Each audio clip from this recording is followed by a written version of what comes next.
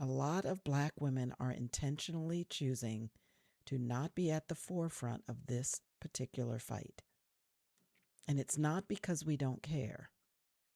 It's because we're tired of being asked to carry the emotional weight of systems that we did not create. We used our voices with the vote that we cast in November of 2024.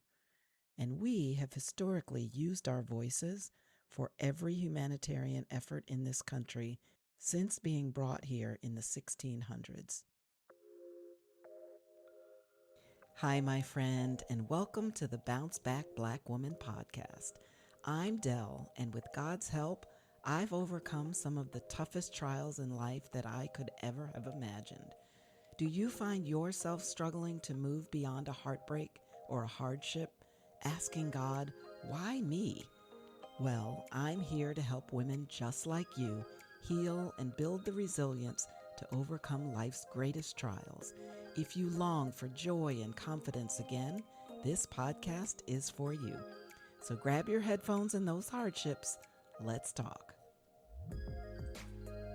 Hey there, my friend, and welcome back to Bounce Back Black Woman.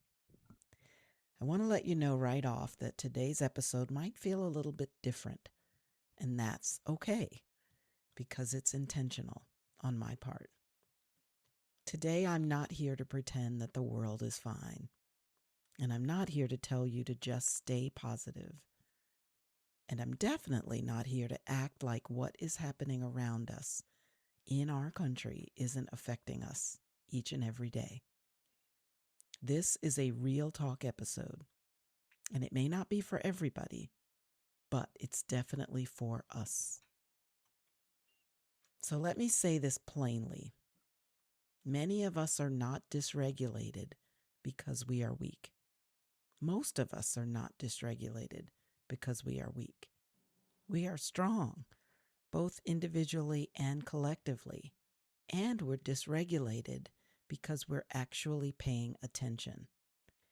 We're watching violence and war, political chaos, rollbacks of rights, public indifference to Black and brown lives, and constant debate about whether or not our fear is actually valid. And then, at the same time, we're told, don't make everything political. I would bet money that those of you in corporate America have heard that more times than you care to admit. We're also told, try not to stress. Just choose joy. It will be fine. But how do you actually relax in a world that keeps reminding you both subtly and loudly that your safety and the safety of others who look like you is conditional? I want to say something that might resonate pretty deeply with you. A lot of Black women are intentionally choosing to not be at the forefront of this particular fight. And it's not because we don't care. It's because we're tired of being asked to carry the emotional weight of systems that we did not create. We used our voices with the vote that we cast in November of 2024. And we have historically used our voices for every humanitarian effort in this country since being brought here in the 1600s. So this is not about not wanting to choose sides. It's about being tired of defending our humanity, explaining our fears, justifying our vigilance, and being told that we're overreacting.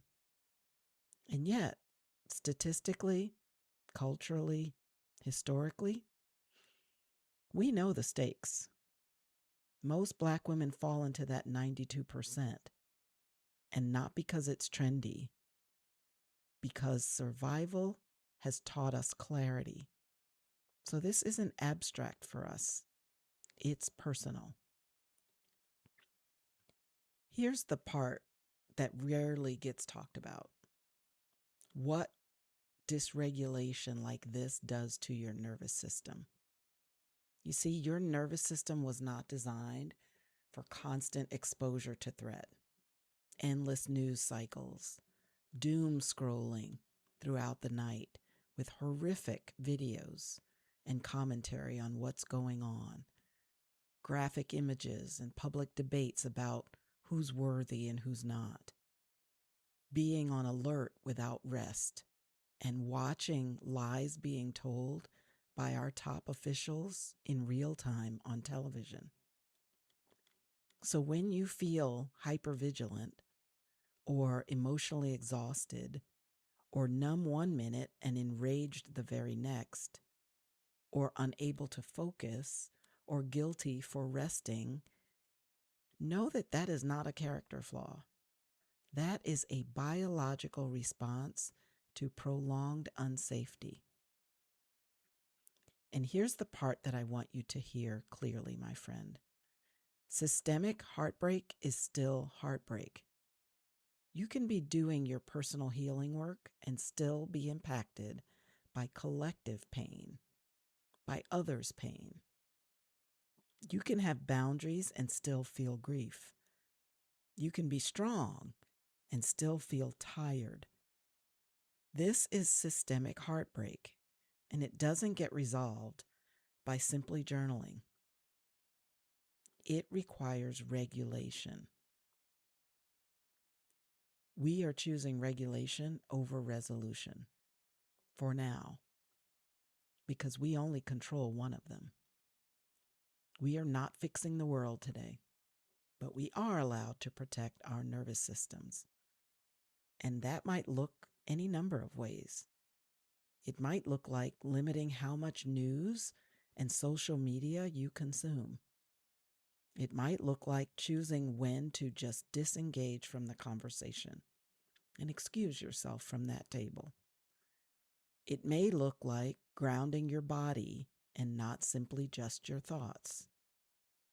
It might look like naming the fear out loud instead of suppressing it or pretending that it doesn't exist. And it might look like refusing to gaslight yourself into a state of calm when you have every right to be outraged. This is something that I talk about often in the work that I do, because healing in chaotic times requires different tools, not simple avoidance. It requires intentional regulation. And I might even say ruthlessly intentional regulation. So here's the truth that I want to leave you with. If your body feels on edge, it's because it has learned what danger looks like. If your heart is feeling heavy, it's because you're still human and you're not numb to the atrocities that are going on around you. If you're tired, it's because vigilance is exhausting. Being in a current state of hyper-awareness takes every bit of energy that we have. So know that there is nothing wrong with you, my friend. The work right now isn't choosing sides. The work right now is choosing yourself. So, my friend, know that you are allowed to care deeply and protect your peace. You're allowed to speak truth and step back when your body needs rest. You're allowed to heal even when the world is not interested in healing. And in times like these, bouncing back doesn't look like pushing harder. It looks like staying regulated, hydrated, rooted, and ruthlessly intentional about where you decide and choose to place your energy. So until next time, I want you to breathe, ground yourself, and remember, your nervous system deserves safety too. Well, that's it for today, my friend. I really hope this episode inspired, encouraged, or just plain comforted you. If so, please share it with a friend who might be struggling in her own healing journey. And if you take a moment to leave a quick review on Apple Podcasts, you'll help other women find encouragement through their heartbreak. Remember that God is holding your hand along this journey, and guess what? I'm holding the other. Life is short, so bounce back, Black woman.